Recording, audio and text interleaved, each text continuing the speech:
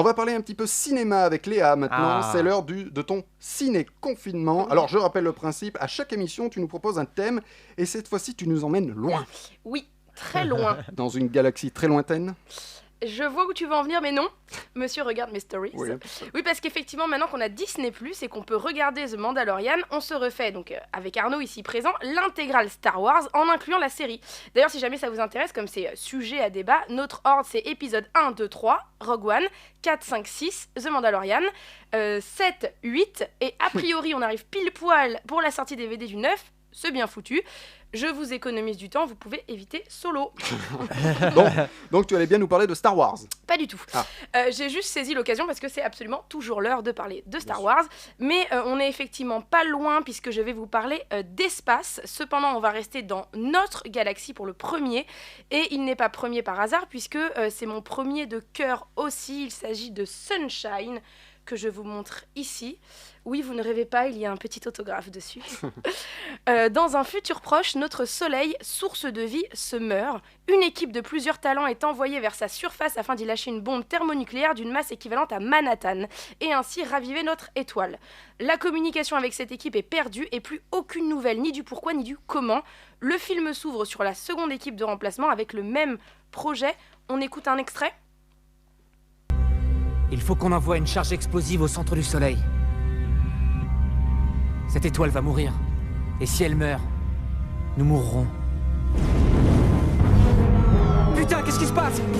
Risque de dommages collatéraux sur les systèmes de survie. On va mourir ici. On ne va pas mourir ici. Vous vous en doutez, il va y avoir des complications.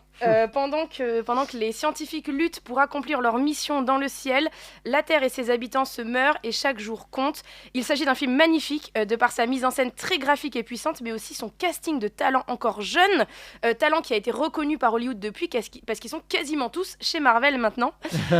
On nous fait croire à une énième mission terrienne dans l'espace, alors que c'est bien plus que ça. C'est un film philosophique, avec ce soleil attractif et dangereux puisqu'il est à la fois indispensable à la survie, mais aussi capable de tuer si on s'en approche trop. Le fait qu'il meure et que nous, humains, on cherche à le rallumer, c'est le symbole fort de l'homme qui se prend pour Dieu en contrôlant de manière ultime la nature. En plus, les musiques sont vraiment folles, c'est un voyage à elles seules, même sans les images. C'est un des chefs-d'œuvre du compositeur trop peu connu John Murphy. D'ailleurs, la plus belle des musiques de Sunshine a été allègrement reprise dans le film Kick-Ass pour sa séquence la plus émouvante. Ensuite, tu nous emmènes là où nul homme nous a emmenés. Exactement, il s'agit du film d'amour Interstellar. Oui, quand on voit la jaquette, on se dit pas tout de suite, tiens, je vais me mater un film sur l'amour. Eh bien si, parce que le message du film est encore plus fort que celui de Love Actually. Ouais, c'est possible, ouais. J'ai passé à côté du message alors. Et pourtant, il est important parce que c'est que l'amour transcende le temps et l'espace. Et pour un film qui traite du temps qui nous reste à vivre et de chercher où bâtir notre nouvelle société dans l'espace, c'est plutôt fort. Oui, car c'est ça le pitch du film. Oui, tout à fait. Notre planète n'a plus de ressources. On l'a usée jusqu'à ce qu'elle n'en puisse plus. Et la NASA va chercher à vivre ailleurs, à coloniser l'espace. Elle cherche donc une planète dont les propriétés permettraient la vie humaine. C'est ce que j'appelle un film complet. Le message écologique est puissant, sans nous culpabiliser. Les valeurs familiales sont l'épicentre de l'histoire, avec des dialogues riches et une écriture très fine. Il y a beaucoup d'aventures, beaucoup de scènes d'action et des antagonistes très forts. Tout est somptueux, tout est chargé en émotions, en informations. C'est vraiment un film très très dense. Bref, si vous ne l'avez pas vu, je pense que vous êtes passé à côté de quelque chose, notamment ceux dont juste la notion d'espace au cinéma rebute un peu. Je peux vous assurer qu'il ne s'agit que d'un décor. C'est un film sur l'amour, c'est un film sur la famille, un film sur l'humain, et c'est tellement beau et puissant qu'il est impossible de rester indifférent devant. Un petit extrait ? Oui, j'ai un petit extrait. Tu ne pouvais pas dire à ta fille que t'allais sauver le monde. Non. 4. Quand tu deviens parent. 3. Il y a une chose qui te paraît très claire.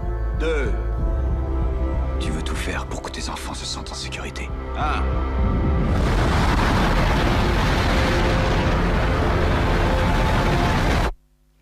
Je reviendrai. Mais quand ?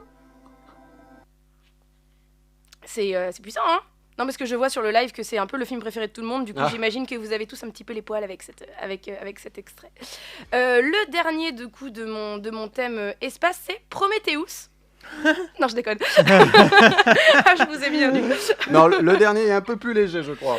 Oui, plus léger et plus classique parce qu'il fait partie du patrimoine national puisqu'il est français. Et surprise, la résolution, c'est aussi l'amour. Vous l'aurez probablement compris, je vous conseille de revoir ce space opéra culte qui est le 5e élément. Luc Besson livre son dernier excellent film avec celui-là. Et quel film! Extrêmement drôle et épique. Il s'agit d'une aventure à la fois spectaculaire et humaine.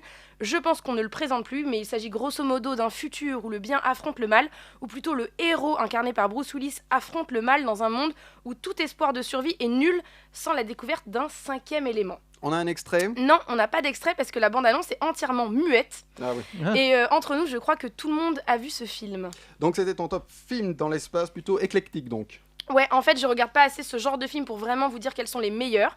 Et de toute manière, c'est pas du tout ce que je fais depuis le début de mes ciné-confinements.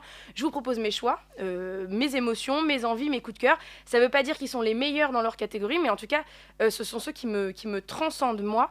Et je vois sur le live que les gens sont assez unanimes sur Interstellar. On me dit même que c'est le meilleur film de Christopher Nolan. C'est un film sur l'amour, et même si j'aurais adoré voir la version de Spielberg, histoire de voir ce qu'il en aurait fait.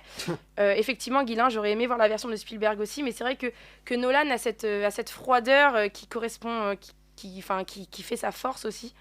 Donc voilà, on me dit aussi jolie présentation. Je dirais aussi sur le tragique du temps qui passe. Je vais mourir, cette bande-annonce.